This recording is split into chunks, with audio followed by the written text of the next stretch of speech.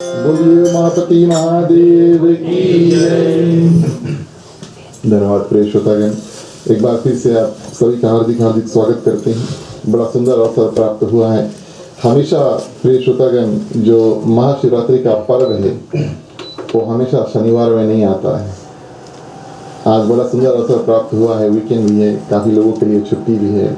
कुछ लोग जो जागरण करना चाहते हैं, 4 पहर का पूजन है ना, तो 4 पैर का पूजन है। अगर कोई जाग करके और 4 पैर का पूजन करना चाहते हैं प्रिय श्रोतागण, उनके लिए बड़ा सुंदर अवसर प्राप्त हुआ है कि बड़े सुंदर रूप से और शनिवार होते हुए और रविवार को आराम से, अगर रात भर आपने जागरण किया है तो बड़े सुंदर रूप से क्या कर सकते हैं कि भगवान शंकर की जो पूजन है आराम से कर सकते हैं।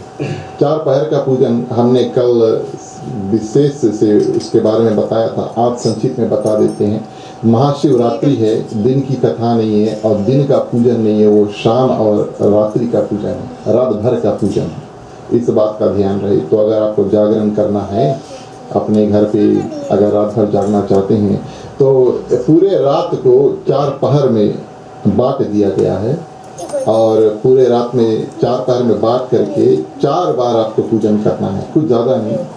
क्या करना है प्रिय श्रोतागण, सिर्फ भगवान को फूल, पानी, दूध, दही, जो भी आपके पास है, बेल पात्र है, उस समय में जितना समय है उसमें आप चढ़ा सकते हैं। ठीक है, तो अगर आपको 4 पैर का पूजन करना है, बड़ा विशेष है। कल हमने आपसे बताया था कि ये एक रात्रि में आपको इतना पुण्य मिल जाएगा जो साल भर के पूजा करने में मिलता है। ये रात इतना शुभ है कि साल भर पूजा करोगे और ये एक दिन, एक रात्रि में पूजा करोगे, इतना शुभ है। तो नहा धोकर सबसे पहला पहर का पूजन, उसके बाद में आप 2 और पहर का पूजन करें। सुबह का जो पहर होता है उस पूजन करने से पहले फिर से नहाएं, तब फिर आखिरी पूजन करें। ठीक है, तो टाइमिंग से अगर कोई जानना चाहते हैं, हम आपको पहला पहर का जो टाइमिंग है उसको बता देते हैं। कल हमने पूरा बताया था।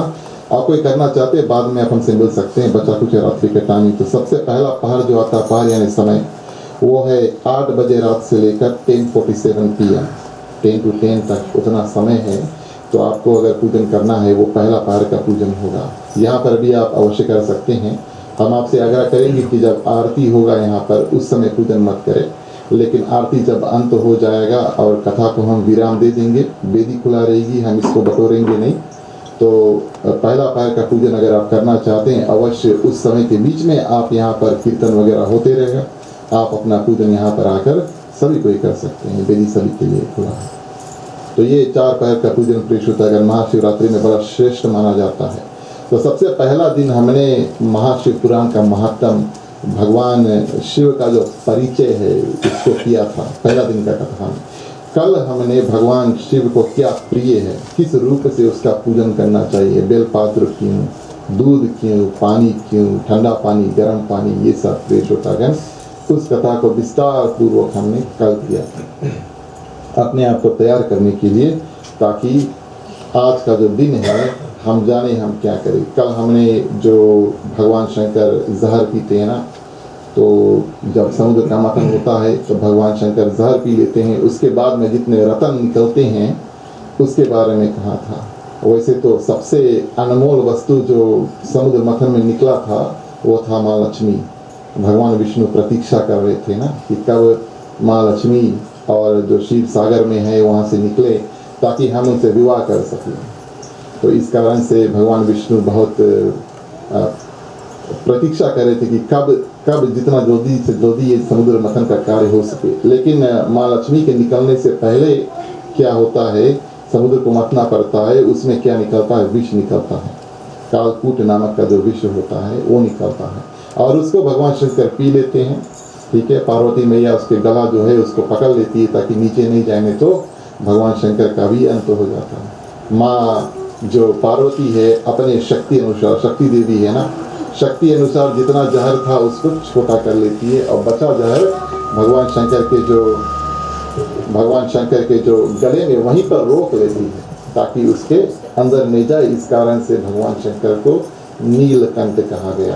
कंठ यानी ये जो गति का जो एरिया होता है, और नील यानी ब्लू हो जाता है, जहर पिया है ना, इस कारण से भगवान शंकर का नाम उस दिन से मिलता है। कुछ लोगों का ऐसा मानना है कि आज ही के दिन भगवान शंकर ने ऐसा कार्य किया था, इस दिन उसको बहुत प्रिय है, इस कारण से कि उसको एक नया जीवन दान मिला। वैसे ज़ाहिर अगर अंदर चल देता तो भगवान शंकर का पता नहीं क्या होता, लेकिन आज उनको नया जीवन दान मिला, इस कारण से प्रेरित होता है। और 14 रत्न उसमें निकले थे ना, तो भगवान शंकर को जो चांद है, चंद्रमा जो है वो भी क्षीर सागर से निकला है। जब मथे 14 अलग अलग रकम के वस्तु वहाँ से निकलते हैं, सिर्फ माँ लक्ष्मी निकलती है, ठीक है, जहर भी निकलता है, लक्ष्मी माता में निकलती है, चांद भी निकलता है, तो चांद को भगवान शंकर को दे दिया जाता है। तुमने बहुत बड़ा काम किया है ना, विश किया है ताकि बच्चा कुछ चीज़ निकल सके, इस कारण से धन्यवाद के तौर पे उसको अर्ध चंद्रमा जिसको कहते हैं वो निकाल कर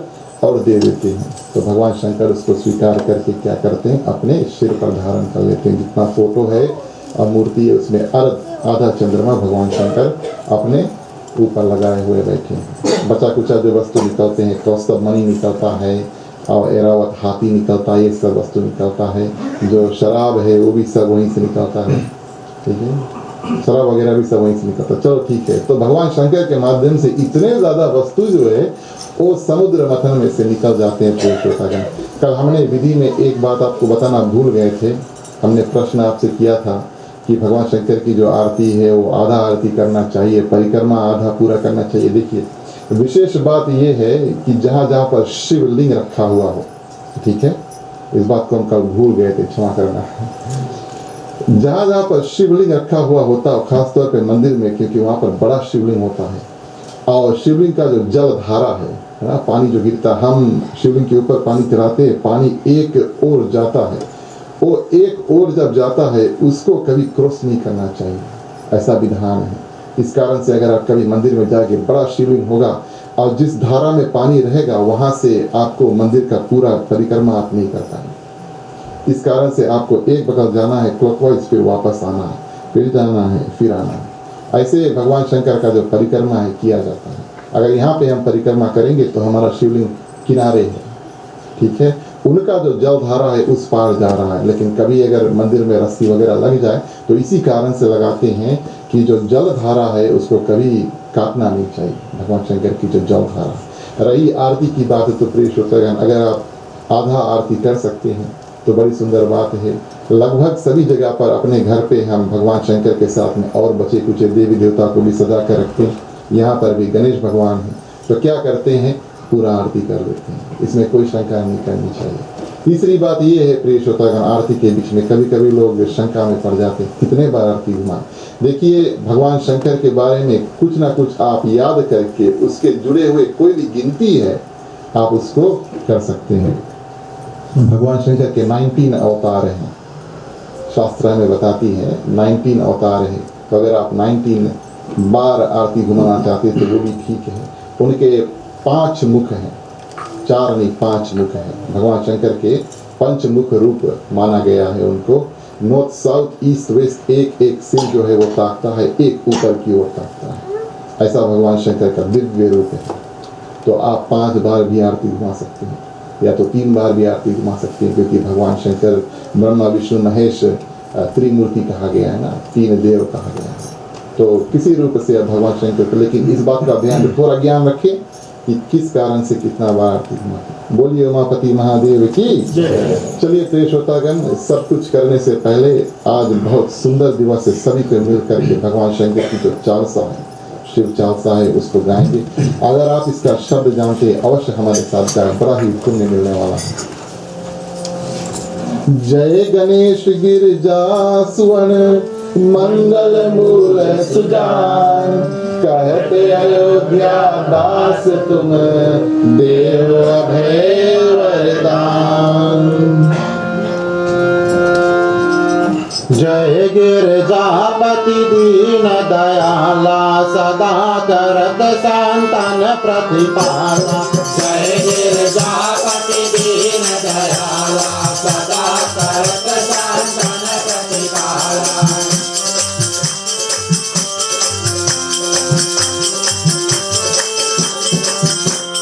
बाल चंद्रमा सोहत नीक, कानन कुंडल नाग फणीक।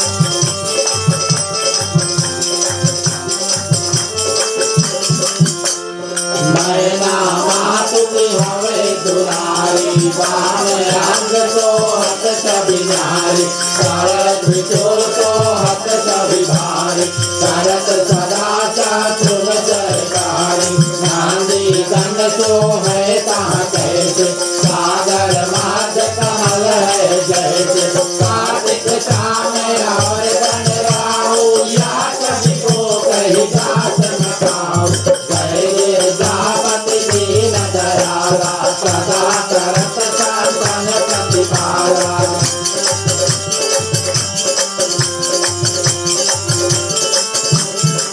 देवन जब ही जाए पुकारा तब ही दुख प्रभु हाथ निवारा किया उपद्रव तारक भारी देवन सब मिल तुम ही दुहारी तुरत बचानन आप पठायो लवन निमेष महामारी गिरायो पाप जलंधर असुर सहारा सोच तुम्हार विदित संसारा जय गिरजापति दीन दयाला सदा करत शासन प्रतिपाला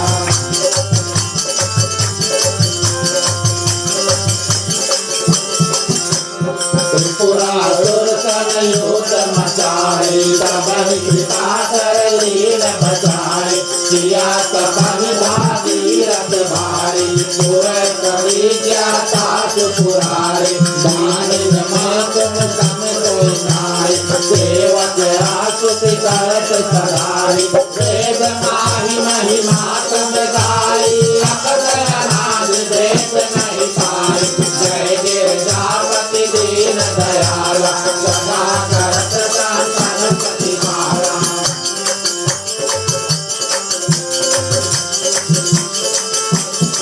सददेव साधु मथन में ज्वाला जरत सुरासुर भय विहाला दीन दया तह करहि सहाय नीलकांत सब नाम सुहाय पूजन राम चंद्र जप कीना भीष जलांत विभीषण लीना सहज कमल में हो रहे धारी दीन परीक्षा तब ही पुराण जय गिरजापति दीन दयाला सदा करत शासन प्रतिपाला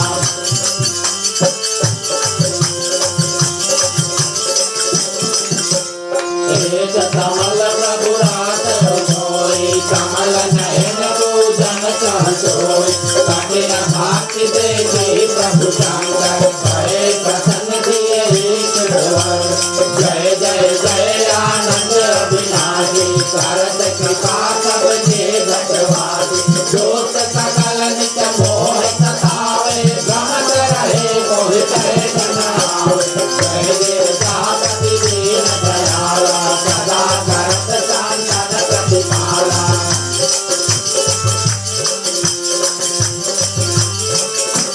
साहि साहि मैं नाथ पुकारो यही अवसर मोहिरान उपारो मात पिता भ्राता सब कोई संकट में पूछत नहीं कोई स्वामी एक है हाथ तुम्हारी आए हरो मम संकट भारी धन निर्धन को देख सदाही जो कोई जाते को फल पाई जय गिरजापति दीन दयाला सदा करत शासन प्रतिपाला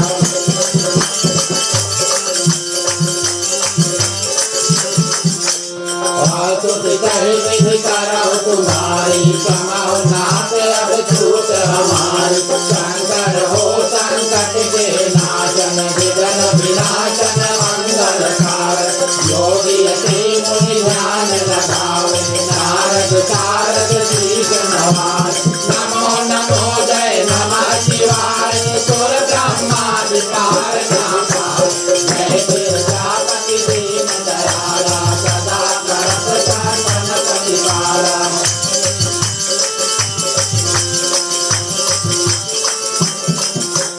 जोया पाठ करे मन लाई पापर हो तह चांद सहाय दुनिया जो कोई हो अधिकारी पाठ करे तो पावन हाय पुत्र हो न कर इच्छा जोई निश्चय शिव प्रशांत हो पांडित त्रयोदशी बोला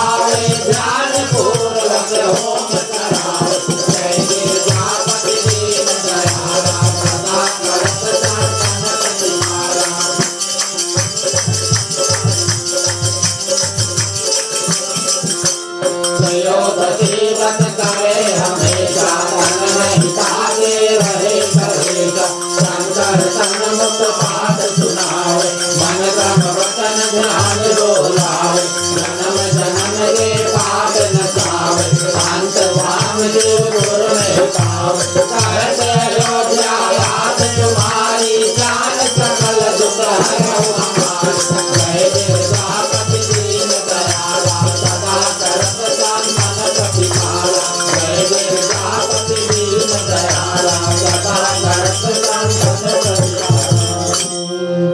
नित्य नेम करी प्रात ही पाठ करो 40 तुम मेरी मनोकामना पूर्ण करो जगदीश मद सर चटी है मंत्रित संवत 64 जान आस्तुति 40 शिव ही पूर्ण की न कल्याण उमापति महादेव की जय सियावर रामचंद्र की जय पवन सुत हनुमान की जय राधे प्रिय कृष्ण चंद्र की जय महाशिव पुराण की जय जय सनातन धर्म की जय जय बोलो भाई सब संतन की जय।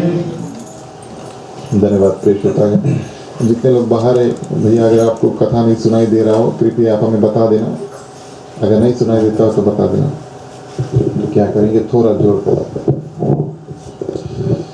ठीक है। और ठीक है ना, अगर कोई प्रसाद लेकर आया हो या आएगा तो कृपया आप उनको आगे कर देना ताकि वो आरती से पहले आकर वेदी पे प्रसाद चढ़ा सकते हैं, ठीक है। तो प्रिय श्रोतागण, महाशिवरात्रि की जो कथा है उसमें हम प्रवेश करने जा रहे हैं। इसका एक 2 खास कथा है, उसको करना आज के दिन में अनिवार्य है, इस कारण से हमने इस कथा को आज के लिए छोड़ दिया था। तो चलिए इसमें प्रवेश करते हैं। प्रिय श्रोतागण, ये प्रश्न करती है, इस बार माँ पार्वती प्रश्न करती है, स्वयं भोलेनाथ से प्रश्न करती है। शिव शंकर के पूछते हैं कि ऐसा कौन सा श्रेष्ठ और सरल व्रत, सुंदर प्रश्न करती है ना, श्रेष्ठ यानी कि उत्तम, अच्छा, और सरल आसानी से, ये बहुत कॉम्प्लिकेटेड नहीं है, आसानी से सरल और श्रेष्ठ पूजन है, और जिससे मृत्यु लोक में यानी कि जिस लोक में हम रह रहे हैं उसको मृत्यु लोक कहा गया है। भूलोक यानी मृत्यु लोक यानी कि पृथ्वी, और मृत्यु लोक के प्राणी अपने जो कृपा सहज से प्राप्त कर सकते हैं। मन में कोई कामना है पुत्र की और धन धाम की, या जीवन में प्रगति करना चाहते हैं, या सिर्फ अपना जीवन में जितना हो सके शांति और सुख भरना चाहते हैं। प्रिय श्रोतागण, ये ऐसा कौन सा सरल पूजन है जो प्राणी करके और ये सिद्धि जो है वो प्राप्त कर सकते हैं? ऐसा कौन सा सरल पूजन है ना, तो बड़ा कल्याण वाला प्रश्न किया है माँ पार्वती ने भगवान शंकर से कि किस रूप से बहुत आराम से आपकी जो पूजन है वो कर सकते हैं। उत्तर में भगवान शंकर ने माँ पार्वती को शिवरात्रि के बारे में बताया। देखिए, शिवरात्रि जो है महीने में लगभग 1 बार आता है, लगभग 1 बार।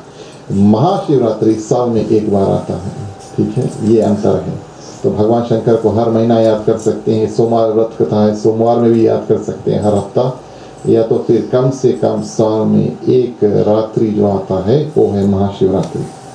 तो प्रिय श्रोतागण, माँ पार्वती ने पूछा इस पूजन को कैसे करना चाहिए और इसको किसने पहले किया है, क्यों किया है, किस रूप से किया है और उसको क्या प्राप्त हुआ है। ये महाशिवरात्रि का जो विशेष कथा है उसमें हम प्रवेश करने जा रहे हैं। तो भगवान शंकर स्वयं बताते अपने मुख से माँ पार्वती उसका जो व्रत है वो भी हो जाता है, जाने अनजाने में, ठीक है, जाने अनजाने में। देखिए, कल हमने इस विषय में आपके बारे में बताया था, महात्म में कितने लोग ऐसे हैं जो अनजाने में भगवान शंकर का पूजन करते हैं लेकिन बहुत सिद्धि प्राप्त कर लेते हैं, उनको मुक्ति मिल जाती है, भगवान शंकर का धाम मिलता है, बिना जाने अनजाने में। ये शिकारी कर रहा है। 1 और 2 लोग थे जो कल बताए थे, आज भी बताएं। लेकिन उनको भगवान अपने धाम बुला लेते हैं, उनको परम गति देते हैं। आप ये बात सोचिए, अगर हम जानबूझकर पूजन करेंगे तो कितना अंतर होगा। अनजाने में अगर भगवान यहाँ से हमें हुआ उठाकर बैठा सकते हैं, जानबूझकर सुंदर रूप से श्रद्धा के साथ में भगवान का पूजन करेंगे तो भगवान हमारे लिए क्या कर सकते हैं, सोचने वाली बात है। तो अनजाने में प्रिय श्रोतागण, ये व्यक्ति जो था, जितना भी नियम था, कारागार में बंद था भले ही, लेकिन कथा सुनते रहा, रात भर सोया नहीं, और जो भगवान शंकर का जो नाम है उसके कान में पढ़ते रहा। और 1 पहर का पूजन हो गया, 2 पहर का, 3, पूरे 4 पहर का पूजन हो गया प्रिय श्रोतागण। और अंत में क्या होता है, बड़े सुंदर रूप से भगवान शंकर उनको गति प्राप्त करते हैं। भगवान शंकर के जो गण हैं और अपना विमान लेकर आते हैं और इनके परिवार को साथ में लेकर और अपने धाम में चल देते हैं। बोलिए उमापति महादेव की जय। और दूसरा प्रिय श्रोतागण, बड़े सुंदर रूप से दूसरा जो कथा है वो भी एक शिकारी का है। वो ऐसे ही किसी एक साहूकार के ऋण यानी कि पैसा उधार में पड़ा हुआ था और उनको अपना जो परिवार है उसका पालन पोषण करना था।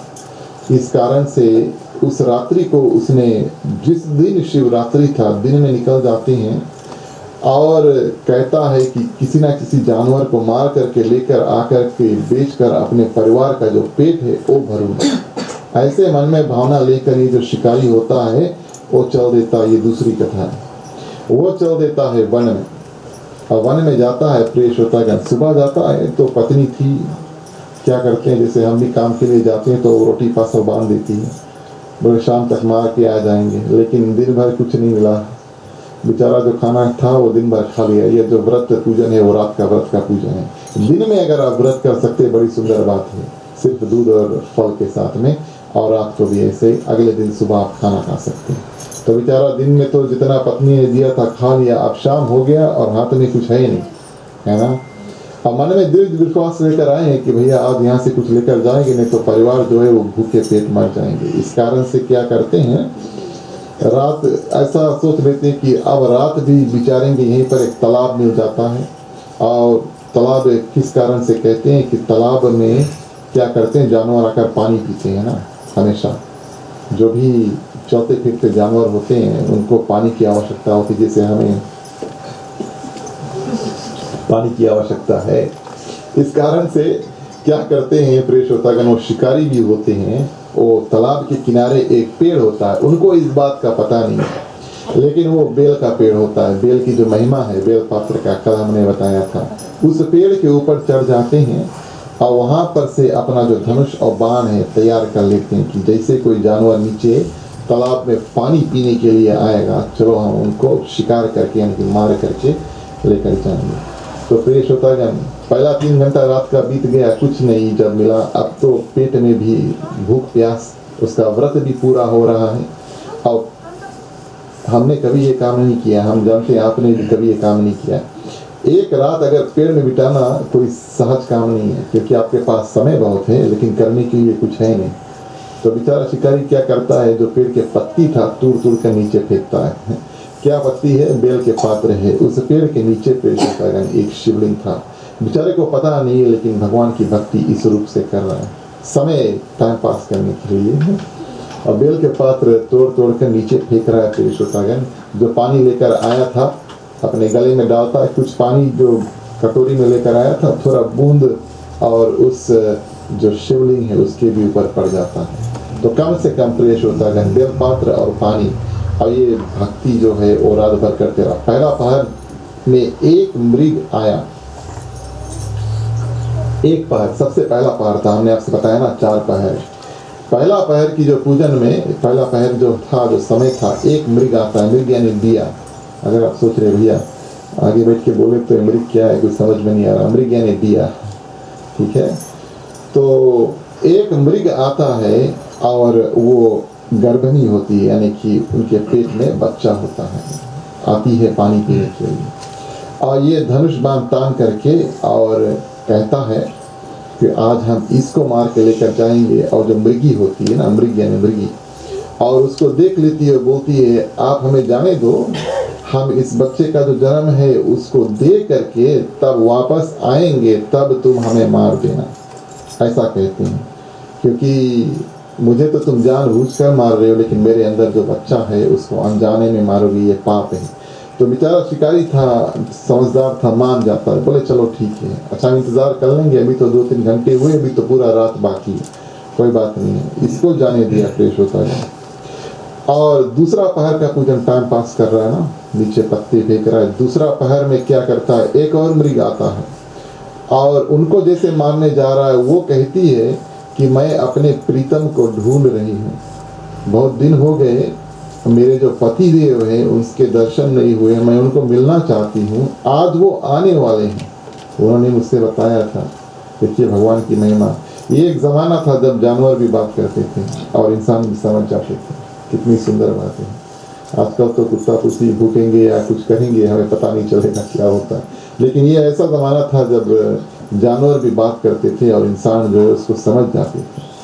तो ये कहती है कि बहुत दिन हो गए, मेरा जो प्रिय है, मेरा जो पतिदेव है, मुझको मिला नहीं, मुझे छोड़ दो। उन्होंने बताया था आज मिलेंगे और आज मिल करके कल हम फिर वापस आएंगे, तुम कल मार देना। तो बेचारा सोचता है कि अच्छा 2-3 घंटे और इंतज़ार कर लेंगे, शायद 2 मिल गए, इसको भी छोड़ देता है।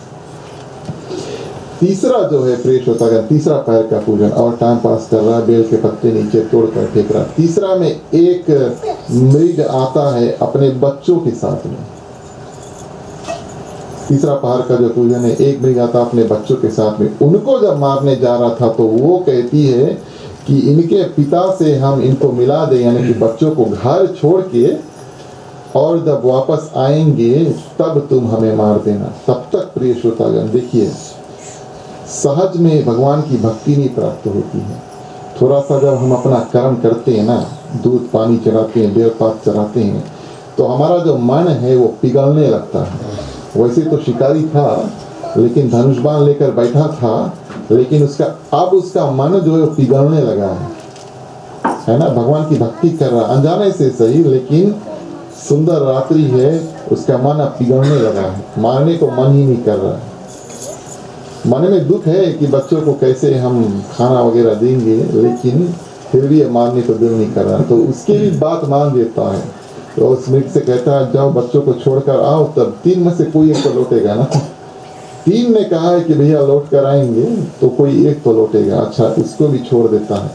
इस रूप से उसका तीसरा पहर का भी पूजन हो गया। चौथे पहर में आखिरी मृग आता है, लास्ट वन, आखिरी जो दिया है वो आता है, वो भी पानी पीता है, और ये जो शिकारी होता है उसको मारने जा रहा है। वो कहता है कि मेरा पूरा परिवार है, एक पत्नी है, उसका अभी बच्चा देना है, गर्भवती है, एक को मैंने बहुत दिन से देखा नहीं है, और एक के छोटे छोटे बच्चे हैं, उनको भी बहुत दिन से देखा नहीं। शायद आपने रात भर में उनको देखा होगा, शायद यहाँ पर आए होंगे, बहुत दिन से उनको देखा नहीं है, उनको जाकर हम मिल करके फिर लौट करके आएंगे। तो प्रेषोतागण, अब तक शिकारी के हृदय में किसी के मारने की भावना है ही नहीं। तब अब उस जो मृग है उससे कहता है प्रेषोतागण कि तुम्हारे जितने परिवार लोग हैं सब स्वस्थ हैं, सब तुम्हारा इंतजार कर रहे हैं, तुम जाओ, और सबको छोड़ देता हूँ, जीवन दान दे देता हूँ। ऐसे ही प्रेषोतागण, भगवान की महिमा जो है ऐसे ही नहीं, अगर रात्रि भर में उनका जो क्रोध है वो बना रहता और किसी एक मृग को मार देता, तब वो महाशिवरात्रि का जो पूजन है और पुण्य उसको प्राप्त नहीं होगा। भले शिकारी था, अनजान था, लेकिन महाशिव पुराण में कहा गया है कि पूजा अनजाने से करते करते उसके मन में करुणा जाग जाती है, उसके मन में दया जाग जाती है, और भगवान भावना के भूखे हैं। भले ही हम अनजाने में पूजा करें, लेकिन भावना जो जिस भावना के साथ में पूजन करें बहुत ज़रूरी है। तो सुंदर भाव के साथ में अनजाने से ही करण सुंदर, यानी कि सब मृगों को छोड़ दिया। तो प्रेषोतागण, भगवान शंकर ठीक उसी समय और उनके पास दर्शन देने के आते हैं, और उनके पूरे परिवार को भगवान बड़ा सुंदर जीवन देते हैं, और जब मुक्ति उनको मिलती है भगवान अपने धाम बुला लेते हैं। बोलिए उमापति महादेव की। आगे की कथा करेंगे एक छोटा सा कीर्तन के बाद में।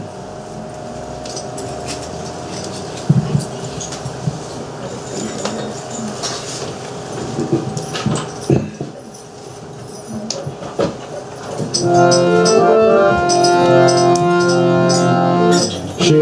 भोला बम बम भोला भंडारी, शिव भोला बम बम भोला भंडारी, शिव भोला भोला भंडारी, शिव भोला भोला भंडारी, शिव भोला भंडारी बम बम शिव भोला भंडारी, शिव भोला भंडारी बम बम शिव भोला भंडारी, शिव भोला भंडारी बम बम शिव भोला भंडारी, शिव भोला भंडारी बम बम शिव भोला भंडारी, शिव भोला भंडारी बम बम शिव भोला भंडारी, शिव भोला भोला भंडारी, शिव भोला भोला भंडारी।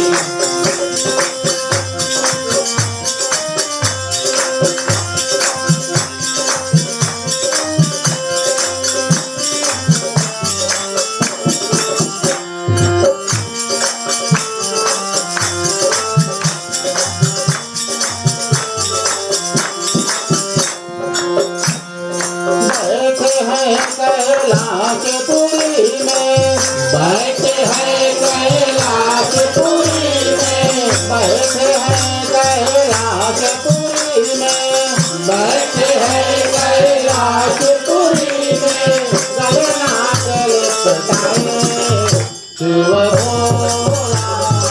भोला भंडारी, शिव भोला भोला भंडारी।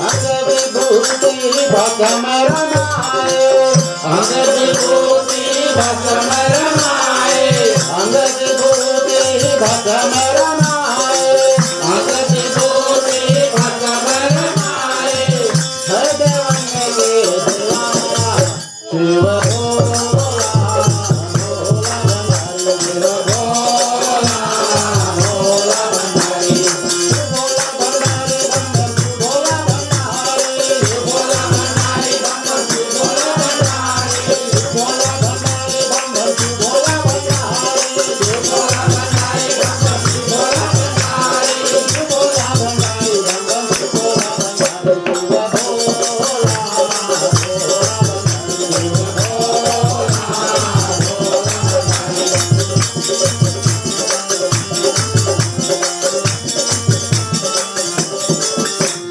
डम डम डम डम डमरू बजावे, डम डम डम डम डमरू बजावे, डम डम डम डम डमरू बजावे, डम डम डम डम डमरू बजावे, भक्तन के हितकारी शिव भोला भोला भंडारी, शिव भोला भोला भंडारी, शिव भोला भंडारी बम बम शिव भोला भंडारी, शिव भोला भंडारी बम बम शिव भोला भंडारी, शिव भोला भंडारी बम बम शिव भोला भंडारी, शिव भोला भंडारी बम बम शिव भोला भंडारी, शिव भोला भंडारी बम बम शिव भोला भंडारी, शिव भोला भोला भंडारी, शिव भोला भोला भंडारी, शिव भोला भोला भंडारी।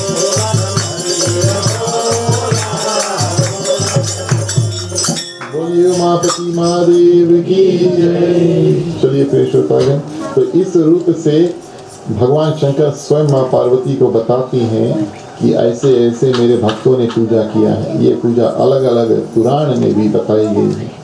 एक पुराण में तो यहाँ तक प्रिय श्रोतागण, एक चोर है, संक्षिप्त में उसके बारे में आपको बता देते हैं। एक चोर जाता है भगवान शंकर के मंदिर में चोरी करने के लिए। ऐसा होता है क्योंकि भगवान शंकर का जो मंदिर हमेशा खुला रहता है ना, कभी बंद नहीं रहता। तो प्रिय श्रोतागण है, तो कभी जब बंद नहीं रहता, इस कारण से उस मंदिर में चुराने के लिए बहुत कुछ स्थान कुछ खास नहीं था, बहुत कुछ नहीं था। शिवलिंग था, लेकिन शिवलिंग को उठाना कोई आसान बात नहीं है। कोई बात नहीं, शिवलिंग के ऊपर एक बहुत बड़ा सा लोटा था, वही दिख गया। सोचता है इसी को उठा कर लेकर चल देंगे। तो प्रिय श्रोतागण, जो मंदिर के जो पुजारी थे, रात भर वहाँ पर कोई रहता नहीं ना, मंदिर के जो पुजारी थे बड़े कस के उसको बांधते हैं ताकि कोई चुरा कर लेकर चल ना देना, इस कारण से। अब ये बेचारा चोर है और उसको जाकर खोलता है, खोल नहीं पाता, बहुत बड़ा लोटा होता है ना, बोला इसको जाकर बाजार में बेचकर थोड़ा पैसे मिल जाएंगे। खोलते प्रेस शोतागन पूरा रात बीत जाता है और अंत में क्या करता है, जैसे खुलता है कि जो लोटा है, लोटा शिवलिंग के ऊपर था ना, लोटा और वो चोर जो था दोनों शिवलिंग के ऊपर ही गिर जाते हैं, है ना। तो माँ पार्वती से भगवान शंकर बताते हैं, ये एक ऐसा भक्त था, हमारे ऊपर लोग दूध पानी चढ़ाते, ये बेचारा अपने आप को चढ़ा रहा है अनजाने में ही सही। भगवान शंकर बताते हैं कि एक भक्त ऐसा था मेरा जिसने अपने आप को मुझ पर, यानी भगवान शंकर का स्वयं रूप है ना शिवलिंग, उसमें कुछ अंतर नहीं है। एक भगवान शंकर का मूर्तिमान रूप है, दूसरा भगवान शंकर का निराकार रूप है, जो लिंग जिसके विषय में हमने कल बताया था। तो बोले एक ऐसा भक्त था, भोलेनाथ है ना, बहुत भोले हैं, अनजाने भी उनका पूजन किया जाए, कोई भी उनका पूजन करे स्वीकार कर लेते। बोले एक ऐसा भी भक्त था पार्वती जो अपने आप को अर्पण कर दिया, उसको भी मैंने बड़ा सुंदर जो गति है उसको प्राप्त किया। तो आगे बढ़ते हैं प्रेषुतागण, भगवान शंकर का एक रूप के वर्णन हम आपसे करते हैं। ब्रह्मा जी जब सृष्टि की रचना करते हैं ना, तो ब्रह्मा जी को कार्य दिया गया कि जाओ और सृष्टि का रचना करो, जितने जीव जंतु चलते हैं, उड़ते हैं, तैरते हैं, इनको बनाओ, ताकि जो सृष्टि इसी को कहते हैं ना, सृष्टि चलते रहे। ब्रह्मा जी सबसे पहले अपने पुत्रों को बनाते हैं, पुत्रियों को नहीं, सबसे पहले अपने पुत्रों को बनाते हैं। और जब पुत्रों को बनाते हैं प्रेष होता है, उनसे कहते तुम जाकर सृष्टि की रचना करो, यानी कि और पुत्र वगैरह पैदा करो। तो सब भक्ति भाव में निकल जाते हैं, सब पूजा पाठ के रास्ते में निकल जाते हैं, सब ब्रह्मचारी के जो रास्ता है उसके पालन करने के लिए निकल जाते हैं। तो ब्रह्मा जी सोचते हैं कि किस रूप से अब हम सृष्टि की रचना करें, भगवान शंकर को ध्यान करते हैं। भगवान शंकर उनसे कहते हैं कि तुम्हें एक स्त्री की भी आवश्यकता है, तब पता चलेगा कि भैया कैसे सृष्टि होता है ना। बच्चे किससे आते हैं, पति पत्नी से आते हैं ना, ये बात सभी को जानते हैं। चलो ठीक है, हम आपको कुछ नया नहीं बता रहे। तो भगवान शंकर का एक रूप है अर्धनारीश्वर रूप, यानी कि भगवान शंकर का जो सबसे प्रथम रूप है आधा स्त्री है और आधा पुरुष का रूप है। डरने की कोई बात नहीं है, लेकिन उनका ऐसा एक रूप है। लेफ्ट बाम अंग शक्ति देवी माँ का है और राइट भगवान शंकर का आधा रूप है, आधा स्त्री और आधा पुरुष। बड़ा सुंदर रूप है और उस रूप में ब्रह्मा जी को दर्शन देते हैं और अपने जो अंग से देवी माँ को अलग करते हैं, ताकि उनको पता चले। ब्रह्मा जी को भी बताना है ना कि स्त्री कैसी दिखती है, तब वो स्त्री का निर्माण कर सकते हैं। इस रूप से दोनों अलग होते हैं। तो जितना भी संसार में प्रेष होता है, जो शक्ति के रूप से जाना जाता है, जो भी देवियां हैं, वो सब भगवान शंकर के इस रूप से आती हैं। माँ दुर्गा है, गंगा है, जितने भी देवियां हैं, ये सब इनके रूप से आती है। सिर्फ एक माँ लक्ष्मी को छोड़ करके, ये बात ध्यान रहे, हमने आपसे बताया ना, माँ लक्ष्मी क्षीर सागर में से निकलती है। बचा कुचा जितने भी देवी हैं, 9 देवियां हैं, ये सब भगवान शंकर के इसी रूप से बनती है। एक देवी से 9 देवी बनती है। नवरात्रि है ना, तो 9 देवी की पूजा की जाती है। 9 से 1 का 9, 1 का 9, ऐसे ऐसे करते करते 33 करोड़ देवी देवता और उनका पूजन जो है संचित में करते हैं। तो ये भगवान शंकर का जो अर्धनारीश्वर रूप था प्रेषोतागन, ये एक उनका एक अवतार हुआ है और उनसे जितने भी देवियां हैं, सबकी जो सृष्टि है वो रची गई। ऐसे भी एक देवी थी गंगा। तो प्रेषोतागन ऐसा माना जाता है कि गंगा बहुत पवित्र नदी है। जब जब हम पूजा करते हैं तब अवश्य गंगा का जो पानी है उसको, भले गंगा नदी है बहुत दूर है, लेकिन उसका पानी अवश्य लेकर के हम उसको पूजन करते हैं, पीते हैं, जो भी करते हैं। बहुत ही पवित्र नदी है प्रेषोतागन और बड़े सुंदर रूप से इसके बारे में बताया गया है। तो गंगा का जो पानी है, सबसे पहले हम आपको बताते हैं कि पानी कहाँ से आती है। वामन रूप में जब भगवान विष्णु जाते हैं और राजा बलि के पास, बहुत घमंडी राजा था ना, राजा बलि के पास जाते हैं, वामन यानी छोटा, डोफ रूप में जाते हैं। जो डोफ रूप में जब जाते हैं और 3 पग पृथ्वी मांगते हैं, राजा ने बोला चलो ठीक है 3 पग 3 स्टेप्स तुमको दे देते हैं। छोटा है बामन है, कितना जमीन मांगेगा। बस बामन देव जो भगवान विष्णु के अवतार होते हैं क्या करते हैं, अपना रूप बहुत बड़ा करके और 3 पग, एक पग में जो राजन का लोक होता है, दूसरा पग में तीनों लोक जो होता है, और तीसरा पग के लिए जगह नहीं बचा, इतना बड़ा वो स्टेप्स जो है पांव अपना फैलाते हैं। राजन समझ जाते कि भगवान हमारी परीक्षा करने आए हैं और अपना सर जो झुका देते हैं, तीसरा जो है वो राजन के सर पर धर देते हैं, उनको ये बात सिखाने के लिए कि उनसे भी ऊपर कोई है भैया। लेकिन जो दूसरा पग जब धारण करते हैं तो प्रिय श्रोतागण क्या होता है, पग आसमान में जब जाता है तो ब्रह्मा जी क्या करते हैं, लगे हाथ विष्णु भगवान के वामन देव के पैर को धोते हैं, जो पानी बसता है कमंडल में रख लेते हैं, और वही गंगा का पानी होता है जो देवताओं को दे देते हैं कि तुम इसको स्वर्ग में रखो, स्वर्ग में रखो, कभी ना कभी ये पानी तुम लोगों के काम आएगा। फिर गंगा एक स्त्री का भी रूप धारण करती है प्रिय श्रोतागण, और स्वर्ग में रहती है। और ऐसा प्रिय श्रोतागण, ये एक ऐसा स्त्री होता है प्रिय श्रोतागण, बड़ी सुंदर स्त्री होती है और स्वर्ग में रहती है। लेकिन एक ऋषि ने इनको श्राप दिया था कि तुमको एक दिन पृथ्वी पर आना होगा। क्या होता है, एक दिन स्वर्ग में जब गंगा जो देवी होती है और घूमते खेलते किसको देख लेती है, दुर्वासा ऋषि को देख लेती है। देखिए हमारे शास्त्र में कई ऋषि मुनि के नाम बताए गए हैं, उनके चरित्र, उनका स्वभाव कैसा था।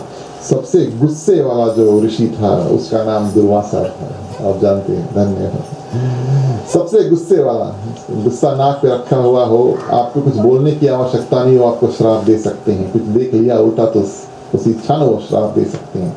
इतना क्रोधित वो जो ऋषि थे वो थे प्रेष होता गया। और क्या कर रहे थे, एक दिन जब ऋषि स्वर्ग में नहा रहे थे तो हवा चलता है और उनके जो कपड़े हैं वो उड़ जाते हैं, है ना। जब कपड़े उड़ जाते हैं प्रेष होतागन, ये सब देख बगल में गंगा माँ खड़ी थी और हंस देती है। जब हंस देती है तो क्रोधित होकर प्रेष होतागन और माँ गंगा को ये दुर्वासा ऋषि श्राप दे देते हैं कि तुम्हें इसके बाद में अब अपना जो जीवन है वो नदी के रूप में और पृथ्वी में बिताना पड़ेगा प्रेष होतागन, ताकि तुम अब दूसरों को शुद्ध करने का कार्य करो।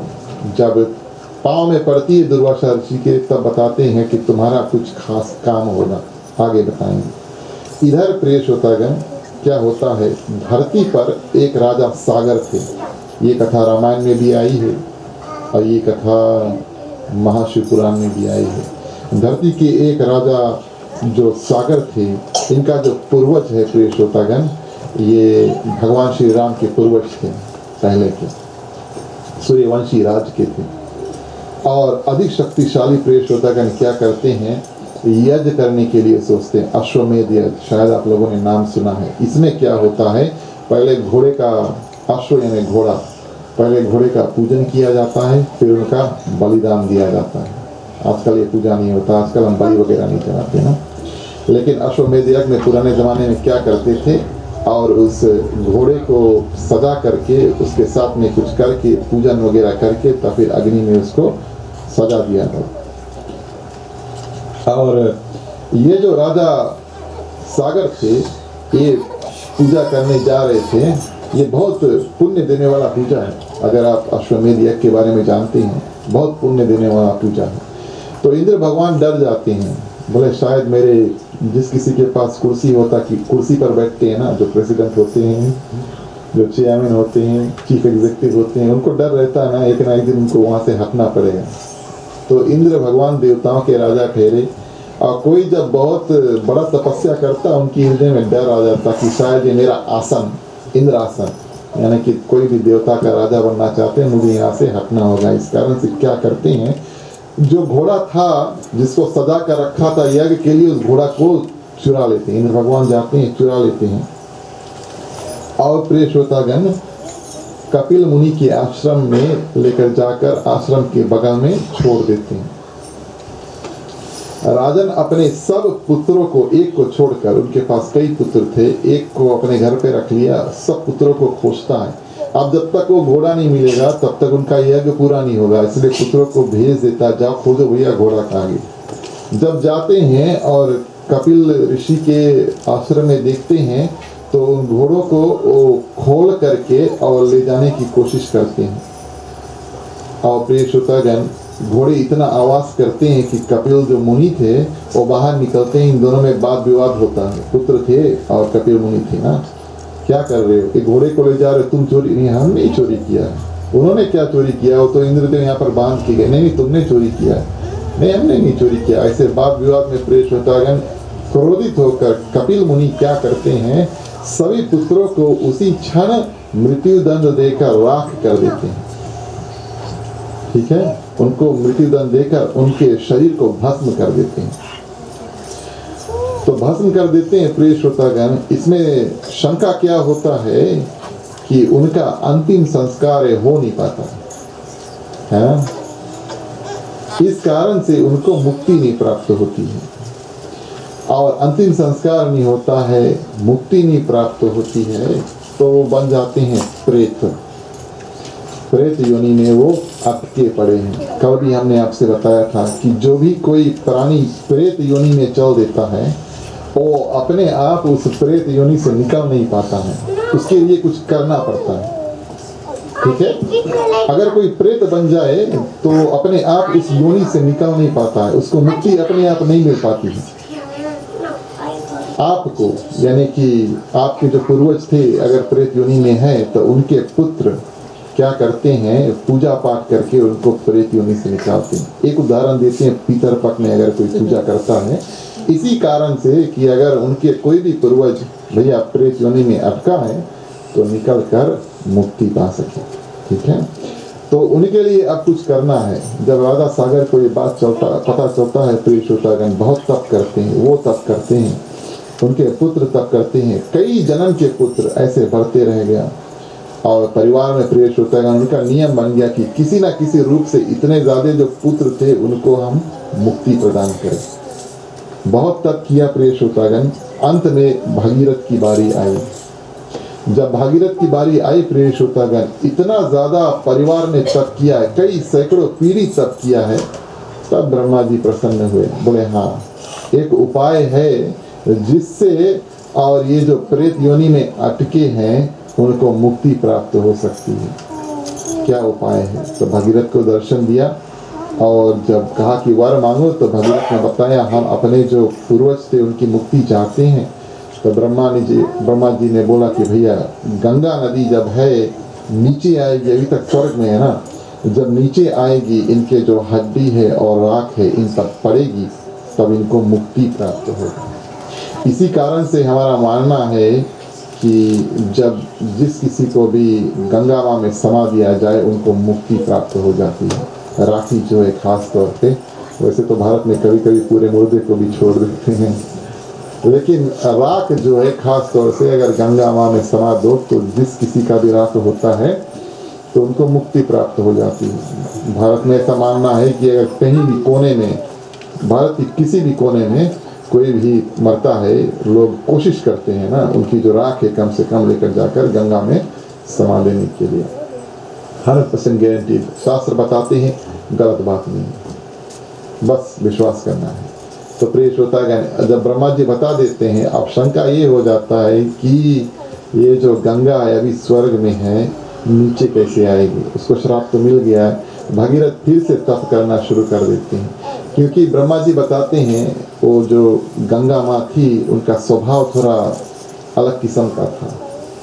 तो वो सोचती थी कि आएंगे और जो कुछ भी होगा नीचे पृथ्वी पर उनको हम बहा कर चल देंगे। उनका स्वभाव ऐसा था, गुस्सा है ना, श्राप मिला है, नीचे जाना है, चलो तो कुछ नाम कमा कर जाएंगे। तो सोचती है कि जो कुछ है अपने रास्ते में सब बहा करके नीचे समुद्र में जाकर मिल जाऊंगी। तो भगवान शंकर को ये बात को पता चला, नहीं हम रोकेंगे, लेकिन उसके लिए भगीरथ को बहुत तप करना पड़ा। भगीरथ ने बहुत तप किया प्रिय श्रोतागण, फिर से तप किया, जब उपाय मिल गया फिर से तप किया, तब भगवान शंकर प्रसन्न हुए जैसे माँ गंगा निकलती है नीचे, भगवान शंकर क्या करते हैं, अपने जटा में बांध लेते हैं, रोक लेते हैं। उनके बाल होते हैं ना, बहुत सुंदर बाल है भगवान शंकर के, उन बालों में सब जो पानी है सब पानी रोक लेते हैं, एक भी पानी नीचे नहीं जाने देते। ये गंगा मैया को एक सबक सिखाने के लिए था। ठीक है, कई साल माँ गंगा क्या करती है, भगवान शंकर के जटा में घूमती है, और भगीरथ फिर से तप करता है, तप करता है, तब तो ये श्रोतागण 3 बूंद निकलता है, 1 बूंद सिर्फ पृथ्वी पर गिरता है। भगवान शंकर की कृपा से, भगवान शंकर की दया से प्रिय श्रोतागण 1 बूंद जो है वो पृथ्वी पर आता है। एक स्वर्ग जाता है, एक पाताल यानी कि नरक जाता है, और 1 बूंद जो है वो पृथ्वी में आकर गिरता है। और वही प्रिय श्रोतागण हम गंगा नदी के नाम से जानते हैं। जब माँ बहती है तब उनको वरदान मिला था ना कि जो भी कोई तुम्हें अस्त समाएगा तो उनकी मुक्ति प्राप्त हो जाएगी। उसी जगह से बहती है जहाँ पर ये राजा सागर के जो पुत्र थे उनकी जो राखी है वहाँ पर थे, इस कारण से उन सबको मुक्ति प्राप्त हो गई। तो कथा बताने का ये मतलब प्रिय श्रोतागण कि भगवान शंकर ने हमारे ऊपर इतना बड़ा कृपा किया है कि गंगा जैसी पवित्र नदी को इस पृथ्वी पर जाकर लाकर और छोड़ दिया है। अगर भगवान शंकर हमारे ऊपर कृपा नहीं करते तो पता नहीं क्या होता। बोलिए उमापति महादेव की जय। एक छोटा सा कीर्तन करते हैं प्रिय श्रोतागण, उसके बाद में अंतिम जो कथा है आपसे बताऊंगा।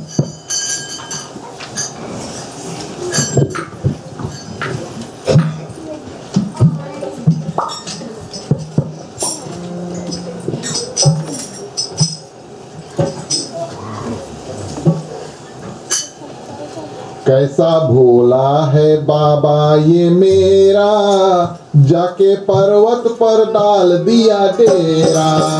कैसा भोला है बाबा ये मेरा, जाके पर्वत पे डाल दिया डेरा। कैसा भोला है बाबा ये मेरा, जाके पर्वत पर डाल दिया डेरा। कैसा भोला है बाबा ये मेरा, जाके पर्वत पे डाल दिया डेरा।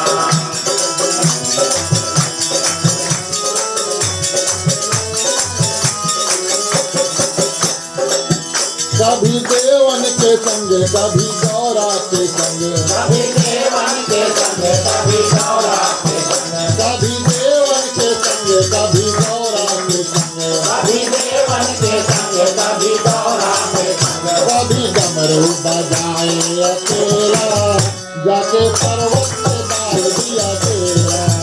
कैसा भोला है बाबा ये मेरा, जाके पर्वत पे डाल दिया डेरा।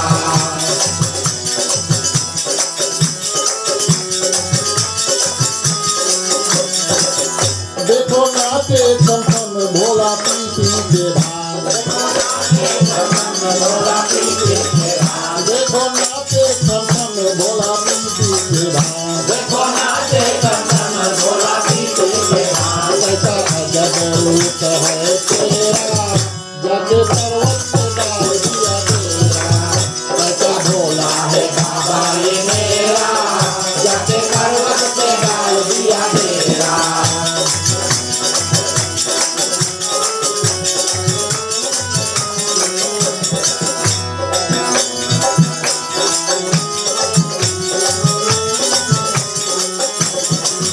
कैसा भोला है बाबा ये मेरा, जाके पर्वत पे डाल दिया डेरा।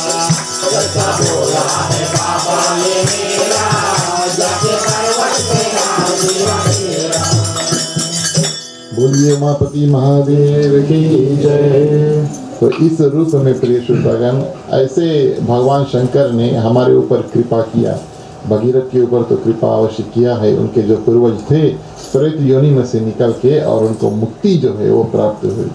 और ये 1 ही 2 ही बूंद प्रिय श्रोतागण गंगा के जो इतना पवित्र माना जाता है, इस कारण से 1-2 बूंद ही काफ़ी है। कोई व्यक्ति अगर बहुत पीड़ित है और मरने वाला हो तो अवश्य अगर मौका प्राप्त हो तो उनके मुख पर गंगा जो है वो छोड़ देना चाहिए, या तो फिर जो मृतक हो भी जाता है ये भी एक विधान है कि जब उनका देहांत हो जाता है तो अंत्येष्टि क्रिया में भी गंगा का जो जल है उसके मुख पर छोड़ा जाता है।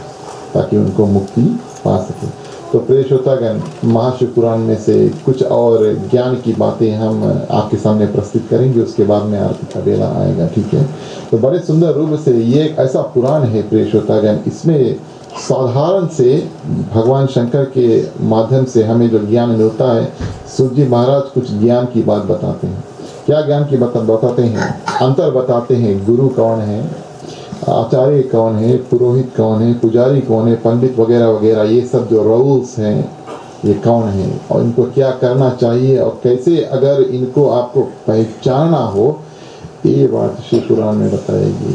बड़ी सुंदर बातें हैं, सुंदर रूप से इस पुराण में खास तौर से विस्तार से डिटेल में इनके बारे में दिया गया। सबसे पहले गुरु के बारे में बताया गया। अगर आप गुरुमुख है तो बड़ी सुंदर बात है। गुरु जो होता है प्रिय श्रोतागण, गु का अर्थ है अंधकार और रू का अर्थ है प्रकाश।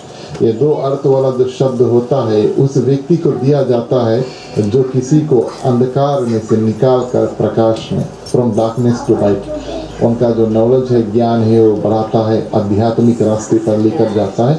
ये सब गुरु का कार्य होता है और इसको गुरु कहते हैं। जो अंधकार को नाश कर दे वही गुरु होता है। कई गुरु होते हैं हमारे ना, माता पिता भी प्रथम गुरु होते हैं, उसके बाद में हमें अध्यापक मिलते हैं जो स्कूल में, वो भी गुरु होते हैं। जो कोई भी आपको ज्ञान देते हैं और आपने उनका पालन किया, देखिए गुरु का बात मानना पड़ता है। अध्यापक अगर आप स्कूल में है, टीचर का बात नहीं माना तो मार पड़ती है ना। आजकल तो नहीं, आजकल हम बहुत सावधान हो चुके हैं ना।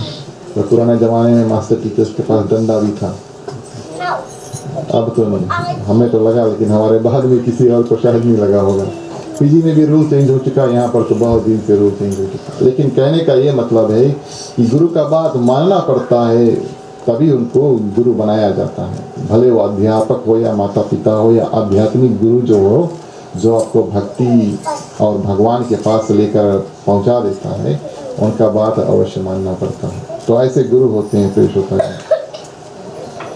तो जो आध्यात्मिक गुरु होते हैं वो उनका काम होता है कि हमें परमात्मा से मिलाओ।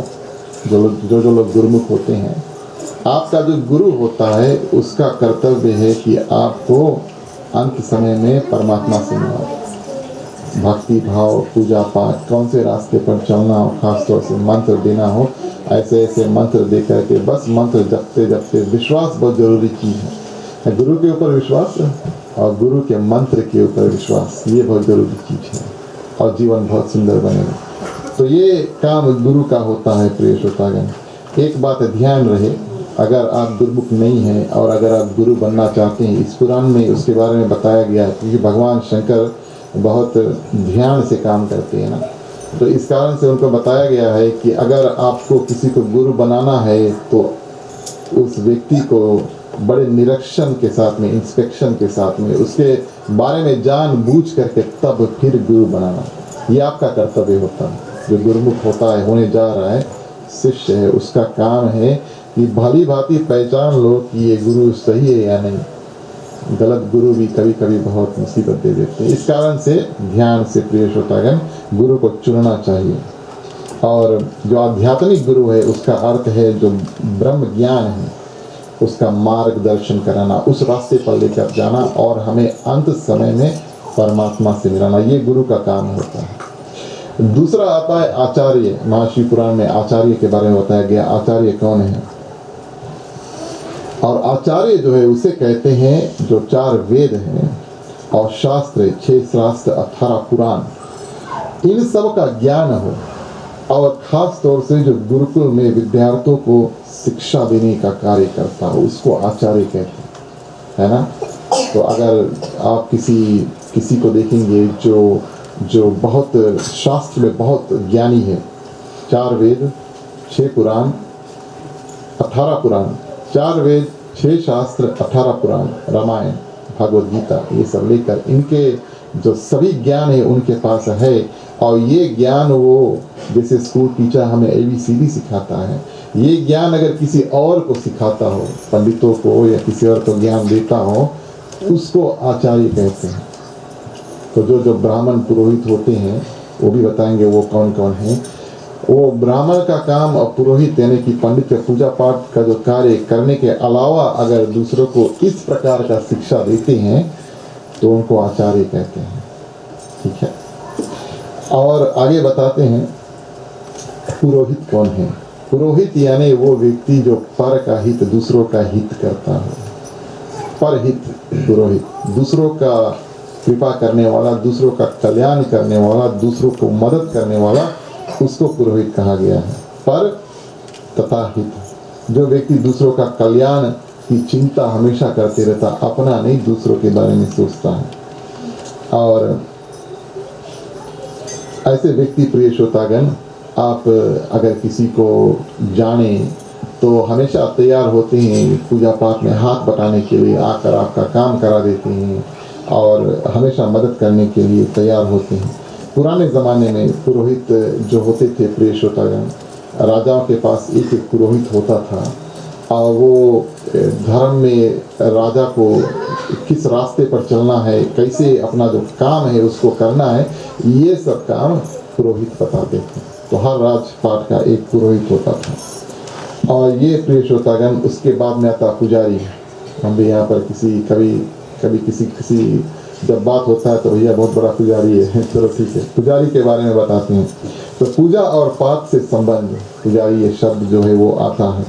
जो मंदिर, खास तौर से अगर वो मंदिर में रहता हो या तो मंदिर के आसपास रहता हो और उस मंदिर में पूजा पाठ कराता हो, उसको पुजारी कहा जाता है। वही पुजारी होता है प्रिय श्रोतागण। और खास तौर से ये शास्त्र में बताती है कि जो प्रथम पूजा देवी देवता का उस मंदिर में कराता है, वो उस मंदिर का प्रमुख यानी कि सबसे पहला पुजारी होता है। वैसे तो मंदिर में ढेर पुजारी होते हैं, ऐसा बताया जाता है। फिर पंडित की बारी आती है। पंडित वैसे तो आप किसी को हो सकते हैं प्रिय श्रोतागण। पंडित जो शब्द है वो आता है हमारा जो संस्कृत है विद्वान होने से आता है। अगर किसी के पास ज्ञान है तो उसको हम पंडित कह सकते हैं, ऐसा बताते हैं। किसी विशेष ज्ञान, किसी रूप में जो कोई ज्ञान होता है, उसको जो व्यक्ति के पास वो होता है कुशल होता है, ऐसा बताते हैं। ज्ञान में कुशल है उसको पंडित कहते हैं। जो आपकी जो शंका है उसका निवारण कर सकते हैं, आपके मन में कोई प्रश्न है उसका निवारण कर सकते हैं, उस एरिया में स्पेशलाइज करता हूँ ना, कहते हैं। आप डॉक्टर के पास भी जाते हैं तो कुछ डॉक्टर होते हैं और कुछ स्पेशलिस्ट होते हैं ना, तो जो आपके शंका का समाधान सुंदर रूप से कर सकता है उसका स्पेशलिस्ट है, उसको आप पंडित कह सकते हैं। और आखिरी में आता है प्रेष होता है ब्राह्मण। जो ब्राह्मण होते हैं वो ब्राह्मण जो शब्द है वो ब्रह्म से आता है, यानी कि ब्रह्मा जी से आता है। और वो जो होते हैं प्रेष होता है जो ब्राह्मण होते हैं पूर्व हित का काम भी करते हैं, यानी कि दूसरों का हित का काम करते हैं। देखिए पंडित जी जब आते हैं आपके घर पर पूजा करने के लिए तो आपका कल्याण करने के लिए आए हैं, है ना। तो इस कारण से हम पंडित जी को, ब्राह्मण जी को, ब्राह्मण देवता को पुरोहित भी कहते हैं, बिकॉज इस कारण से कि वो आपका कल्याण करने के लिए यहाँ पर आए हैं। तो ऐसे व्यक्ति होते हैं। लेकिन इसमें अंतर क्या है प्रिय श्रोतागण कि कुछ लोग कभी कभी क्या करते हैं, हमारा जो शब्द है वो अदला बदला कर देते हैं। जो खास तौर से जो ज्योतिष है ना, जो ज्योतिष है जो आपका हाथ वगैरह देखेगा और नक्षत्र विद्या देखेगा प्रिय श्रोतागण, वो ब्राह्मण नहीं, वो ज्योतिष है। लेकिन कोई ब्राह्मण ऐसे भी होंगे जो ज्योतिष का भी काम करते होंगे। और पंडित जैसे कि हमने आपसे बताया वो एक किसी कार्य में या दो किसी कार्य में विशेष ज्ञान रखता हो। ब्राह्मण के कुछ नियम बताए गए हैं। संध्या काल में पूजा, सुबह उठकर पूजन करना, ये सब ब्राह्मण के जो कर्म है वो करते हैं। इस कारण से उनको विधाता ने ये अधिकार दिया है कि जाओ और पृथ्वी पर घूमो। उनको भूसुर कहा गया है ना, धन्यवाद। भूसुर, भू यानी कि पृथ्वी और सुर यानी कि देवता। उनको पृथ्वी का देवता माना गया है। किसको? ब्राह्मण को। क्योंकि देवी देवता तो बहुत व्यस्त होते हैं, लेकिन हमारे पृथ्वी पर हमारे आमने सामने ऐसे ब्राह्मण को भेज देते हैं कि जाओ और दूसरों का कल्याण करो, पूजा पाठ करा करके खास तौर पे। तो ये एक ऐसा ग्रंथ है, बड़ी सुंदर रूप से इन अलग अलग जो रोल है उसका जो डिफरेंस है बड़े सुंदर रूप से बताया गया है। हमने सोचा आपके सामने भी प्रस्तुत कर दें। प्रिय श्रोतागण, आज की कथा और इन 3 दिन की जो कथा है यहीं पर हम विराम देंगे। अभी हमें आरती भी करना है और कथा को विसर्जन भी करना है। इस कारण से आज जो कथा है यहीं पर विराम देते हैं। आरती का बेला आता है, आप सभी से आग्रह करेंगे। वैसे तो पहला पहर का पूजन जो है वो शुरू नहीं हुआ, लगभग 9 बजे शुरू होता है। दूध और पानी का कार्य आप आरती के बाद में आकर कर सकते हैं। ये वेदी ऐसे सजी रहेगी, आप चिंता मत करें। अभी आरती का समय, आप सिर्फ आकर आरती करें। उसके बाद में जब हम अपना कार्यक्रम खत्म कर लेंगे, आप किसी भी समय आकर यहाँ पर दूध और पानी चढ़ा सकते हैं। तो अभी आरती का समय आता है, सभी से आग्रह करेंगे कि खड़े हो जाए। बारी बारी मुख्य श्रोता के बाद में आकर आरती कर सकते हैं। बोलिए उमापति महादेव की जय।